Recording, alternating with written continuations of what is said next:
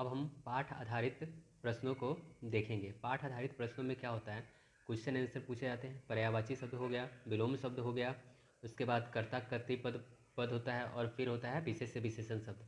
इन सब से मिलकर हमारा क्या होता है, ये पाठ आधारित क्वेश्चन बनते हैं। हम ये जान चुके हैं कि हमें चार पाठ ही पढ़ने हैं, ठीक है। एक तो इन चार पाठों के अंदर में जितने भी पर्यायवाची शब्द दिए गए, जितने भी विलोम शब्द दिए गए हैं, इन सब को हमने यहाँ पर एक साथ लिखा हुआ है। तो हम इसका शुरुआत करते हैं। तो पहले हमें देखना है पर्यायवाची शब्द। पर्यायवाची शब्द को देखते चलिए। जीतितम, जीतितम का मतलब होता है जीवनम होता है। दुर्वहम का मतलब होता है दुष्करम। तनु मतलब शरीर। भिक्षा नाम मतलब तरुणा नाम। फिर इसके बाद है रमणीय, इसका हो जाएगा सुंदरी। कुसुमावली मतलब पुष्प पक्ति। चैनिया मतलब वर्णिया। समीरह मतलब वायु। चिक्य जालम, इसका हो जाएगा कृत्रिम प्रभावपूर्ण जगत। रसालम आम्रम। मुंशति त्यजति। वक्रम कुटिलम। फिर उसी तरह से भक्ष्यम, भक्ष्यम तो खाद्य पदार्थ। संसरणम संचलनम।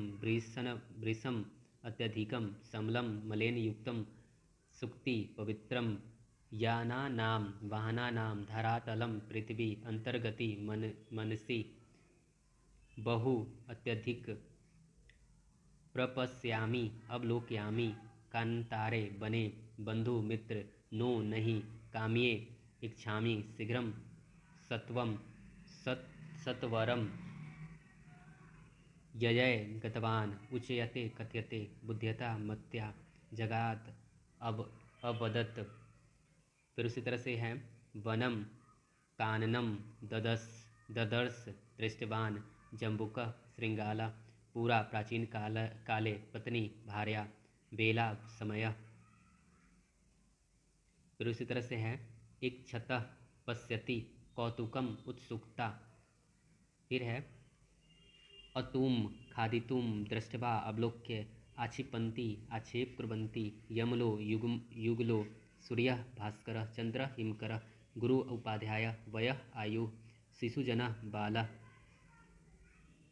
पशुपति संकारः। पशुपति का है संकारः न संकरः। भनति कथ्यति। रामः आर्यः। दारको पुत्रो। सीता देवी। अंगम क्रोमम। प्रतीच वचनम उत्तरम। विचिन्त्य विचार्य। अम्बा जननी।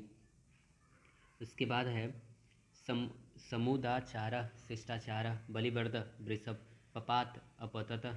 क्रुद्ध कुपित। नेत्राभ्याम चक्षुभ्याम। सुमो पृथिव्याम।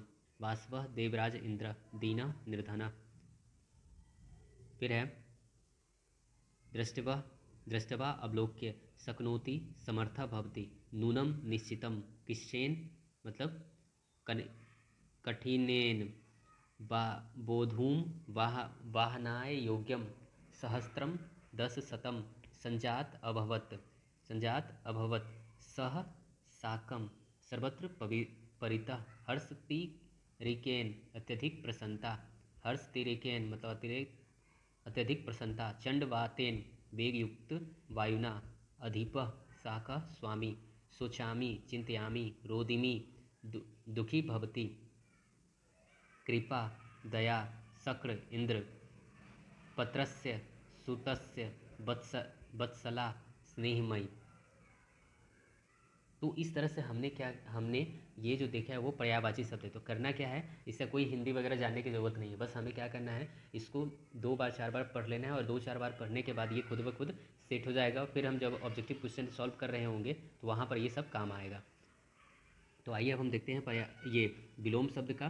तो विलोम शब्द में है निर्मलम, मलम हो जाएगा। भक्षम अभक्षम हो जाएगा। बहु न्यून हो जाएगा। करणीय अकरणीय हो जाएगा। नगरात ग्रामात हो जाएगा। बहुदूरम समीपम हो जाएगा। कंतारे नगरे हो जाएगा। रमणीय अरमणीय हो जाएगा। रुचिरम अरुचिरम हो जाएगा। बधो ये हो जाएगा शत्रो। कुर्यात अकुर्यात। जीवितम मरणम। सभ्यता असभ्यता। मानवाय दानवाय। वृषम न्यूनम। उसी तरह से दूषितम अदूषितम। सूचि असूचि। वक्रम सरलम। दुर्दांत अदुर्दांत। मलिनम निर्मलम। मुंशति गृहणति। शतम एकम। अनंता अंता। फिर उसी तरह से है कठिनम सरलम। ददर्थ अददर्श। सत्वरम स्नेह स्नेह। अतुम पातुम। फिर है यय यय आयय बध्यते मुच्यते दूरात् समीपात् पुरा अधुना बुद्धिमती बुद्धिमान वनं गृहं पत्नी पति भवान भवति अग्रतः पृष्ठतः गच्छति आगच्छति चिंती बदती अचिंती बदती बधवा मुक्तवा। तो इस तरह से आगे हम और है विचार्य अविचार्य प्रश्नम उत्तरम सरलताम कठिनताम निर्दय सहृदय दिनकर निशाकर निर्गछत आगछत त्यागी ग्राही रिपु मित्रम।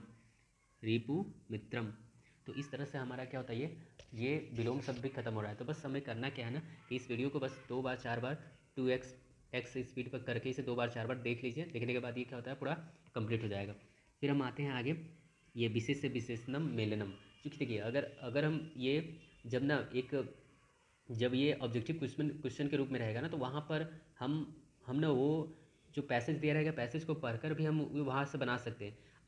अगर नहीं तो फिर हम क्या करेंगे ना, हमें पैसेज पढ़ने की भी ज़रूरत नहीं पड़ेगी। अगर हमें ये सब याद रहेगा, पर्यायवाची शब्द, विलोम शब्द और उसके बाद विशेष से विशेषण मेलनम, अगर ये सब याद है ना, तो बस सीधे क्वेश्चन देखेंगे और हमारा आंसर बनते चला जाएगा। तो बुद्धिमती, इसके लिए जो पर्यायवाची शब्द यूज किया गया है, ये भार्या विशेष से, इसका विशेष से है भार्या। तो ये क्या है ना कि ये चैप्टर के अंदर का ही ये सब दिया गया है। तो बस इसे हमें क्या करना है, 1-2 बार देख लेना है। एका व्याघ्र गहन कानन, ये क्या है, इधर का जितना भी है वो सब के सब हमारा विशेषण है और इधर का सब विशेष से है। तो चलिए स्टार्ट करते हैं। बुद्धिमती का है भार्या एक व्याघ्र, इसको बस ऐसे पढ़ ले, बुद्धिमती भार्या एक व्याघ्र गहन कानन धूर्त श्रृगाल भयाकुल व्याघ्र इयम व्याघ्रचारी व्याघ्रमारी। फिर उसके बाद उत्साहाद व्याघ्रात अलमति दांडिन्येन निर्नुक्रोशे नाम सुंदरम वनम बृहत्तमं पुस्तकालयम अधिका उष्णता वैदेशिका पर्यटका। फिर उसी तरह से है एक कृषक दुर्बलम वृषभम कुद्र कृषिबल अधि येषु पुत्रेषु दिनस्य पुत्रस्य दुर्बले सूते।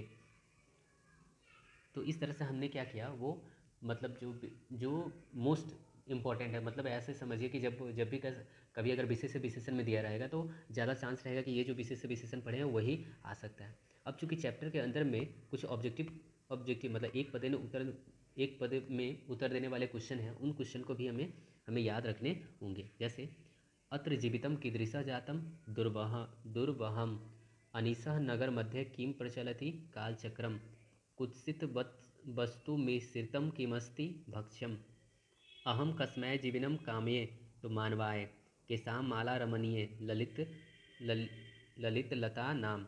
क्योंकि ये एक बार बस इस सबको याद रख लेने हैं। बुद्धिमती पुत्र व्याघ्र ददर्श गहन कानने यामी भामिनी कया विमुक्तया भवाद व्याघ्रस्य सर्वदा सर्वकारेषु का बलवती बुद्धि व्याघ्र कस्मात् बिभेति मनुष्यात् प्रत्युत्पन्नमति बुद्धिमती किम आक्षिपन्ति उचवाच जम्बुक। फिर उसके बाद है कुशलवो किम अपसृत्य प्रणमतः रामम तपोवनवासिनः कुशस्य मातरम केन नामना आख्यान्ति देव। तो ये हो जाएगा देवी। तो ये हमारे चैप्टर के अंदर के क्वेश्चंस हैं जो कि ऑब्जेक्टिव वाले क्वेश्चंस हैं। उसके बाद है वयोनुरोधात् कः लालनीयः भवति शिशुजन केन संबंधेन वाल्मीकि लवकुशयो गुरु उपनयन नोपदेशेन पुत्र लवकुशय पितुः नाम न व्यवहिते तपोवने वृषभः दीनः इति जानपि कः तं नुधमानः आसीत् कृषकः वृषभः कुत्र पपात क्षेत्रे दुर्बले सूते कस्याः अधिका कृपा भवति सुरभे। उसी तरह से है कयोः एकः शरीरेण दुर्बला आसीत् बलिवर्दयो चंडवातेन मेघर्वस्य सह कः समाचयात प्रवर्ष। तो ये क्वेश्चंस हैं। इन क्वेश्चंस को क्या करना है, बस 2 बार 3 बार इन क्वेश्चंस को सुनने हैं और सुनकर इसे क्वेश्चन को हमें याद रखने हैं, ताकि अगर ये ऑब्जेक्टिव में आ जाए तो वहाँ पर हम आसानी से इसे बना सकें। इसके बाद हम ये देखेंगे कि किस तरह से चैप्टर के अंदर से क्वेश्चंस आते हैं, मतलब ऑब्जेक्टिव के रूप में आते हैं। उन सब के बारे में हम अगले अध्याय में देखेंगे।